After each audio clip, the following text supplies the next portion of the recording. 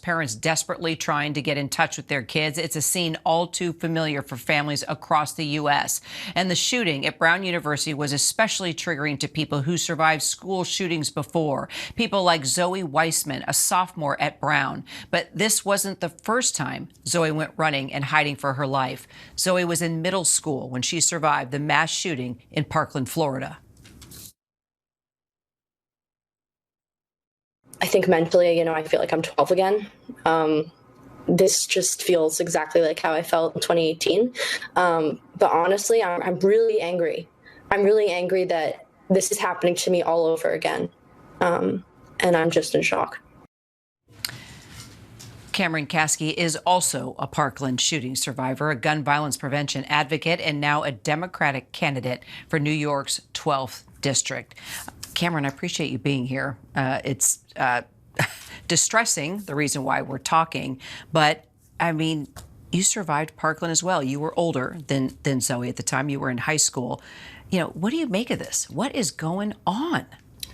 Well, gun violence is part of the day-to-day experience of Americans, whether that is a shooting that gets media coverage or one of the shootings that's happening seemingly every minute that is largely ignored. That could be police violence, gang violence, domestic violence. Gun violence is baked into the American identity, and when people in this country see shootings like this, there's a sense of familiarity before there's a sense of horror and disgust, and that is something that my community knows all too well. But while we don't know enough information to talk about how we could have prevented the shooting at Brown, I think we need to reframe the conversations we have about this and stop tailoring our conversations about gun control to each specific shooting and talk about what we could do to save lives on a day-to-day basis. All right, well, let's talk about it, because I know since Parkland, you've become, an advocate to change things. And you think of how long Parkland was and the conversations and the advocacy that started then. And then you look at every other mass shooting and school shooting since then, and we're still talking about the same thing. Gun violence, look, it happens to be that guns appear at 100% of shootings. But if we are going to address the gun violence we see every day in this country, we need to address more than just the guns. Gun violence is an issue of housing. It's an issue of healthcare resources. It's an issue of economic inequality. I mean, most gun deaths are by suicide, and most suicides can be prevented by Americans having access to mental health resources without having to worry about going broke. So gun violence is very directly a healthcare issue, and if we are not uplifting the material conditions of working class Americans, if we are not protecting women who are being abused in their households, the amount of women who are shot by their abuser in this country is horrifying, and we don't have red flag laws everywhere that can prevent individuals who have expressed violent intentions toward themselves or others from purchasing firearms. We need things like permit to purchase. This is something that they have in several states, including the state where the Brown University shooting happened.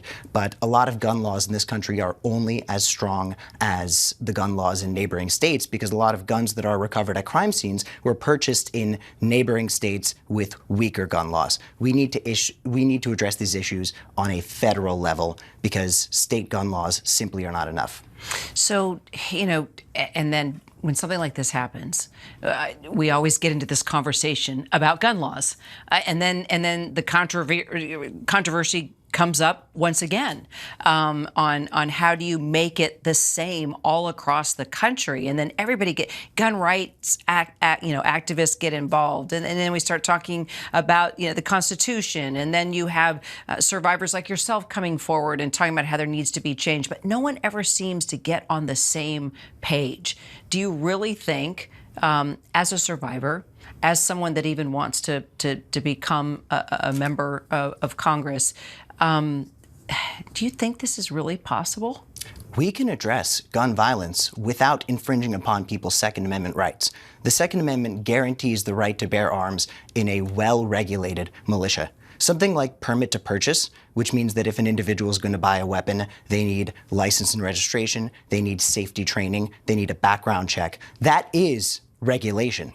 That is regulation, plain and simple. An assault weapons ban is regulating this militia, because there are too many assault weapons in circulation and they are not safe for civilian use. The AR-15, the gun that was used at my high school to murder 17 people, the person who created this weapon said that it was made for military use. We need regulations in this country, and that does not infringe upon people's Second Amendment rights.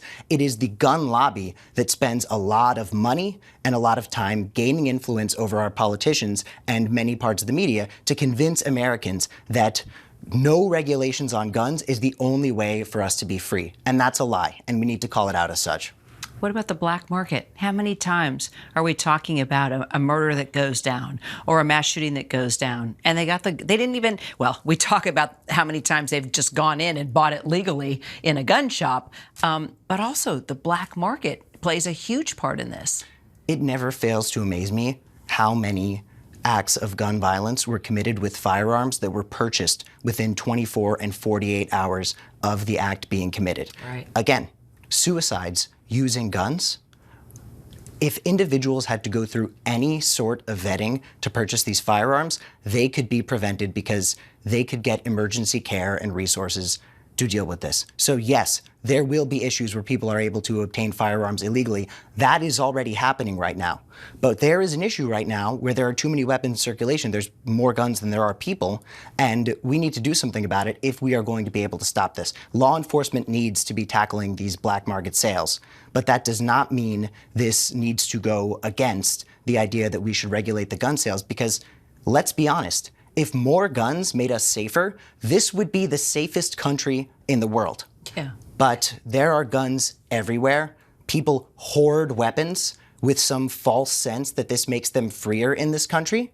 And look at this. Gun violence is a uniquely American problem the way that we face it. I'll tell you, Cameron, I look forward to following your run. It's going to be interesting. You have a lot of things to say, and I know a lot of people are listening. Appreciate you being here. Thank you for having me.